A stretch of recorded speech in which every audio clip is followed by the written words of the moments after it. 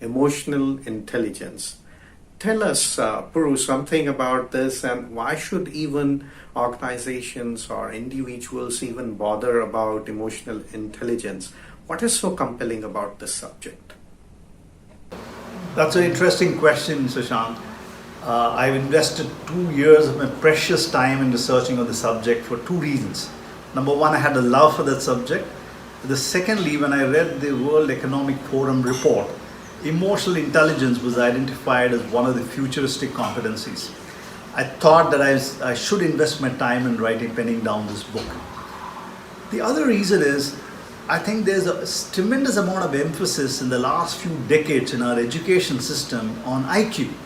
Our whole education system and the selection process, and we make heroes out of children based on their IQ, which is mathematical and logical intelligence. But according to the worldwide research by the best of experts, including Daniel Goleman, the validity or the importance of IQ to the success in life is in the ratio of 20 versus 80. 80% of success in life, in every walk of life, professional and personal life, is driven by emotional intelligence, which has been proven by research. And this is a very underdeveloped subject. I hardly remember any school or college teaching our children managing our emotions. We talk about geography, mathematics, and science, but we don't teach the science of behavior. How do you deal with people? How do you deal with challenging situations in life? How do you deal with failures? How do you deal with successes? And you can see that one of the price that we are paying for overemphasis on IQ, and we can see the impact of the suicides happening, break in relationship, despite all the communication tools that we are developing day in and day out, the distances between people are increasing. And this is a very important competency that we need to invest in. That's one of the reasons why I thought we need to invest in this subject and started developing on that.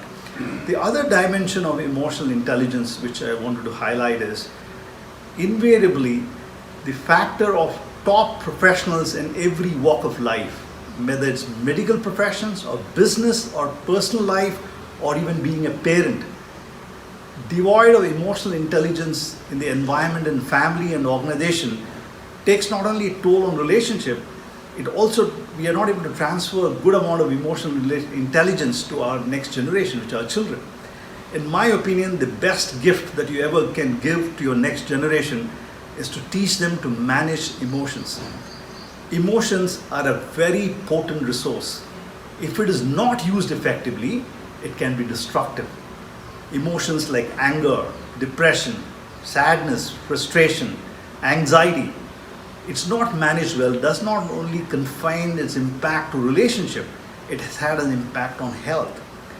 The other reason why I want to invest on this subject is a lot of publication and material on emotional intelligence which focuses on what and why, but comparatively less publication and literature on how. I thought I should do equal justice on what, why, and how, and a substantial amount of effort has been invested in this book on helping people to develop emotional intelligence. The best expression that I can recall from the book is building emotional intelligence and driving with emotional intelligence. That's the reason why I thought I should choose the subject.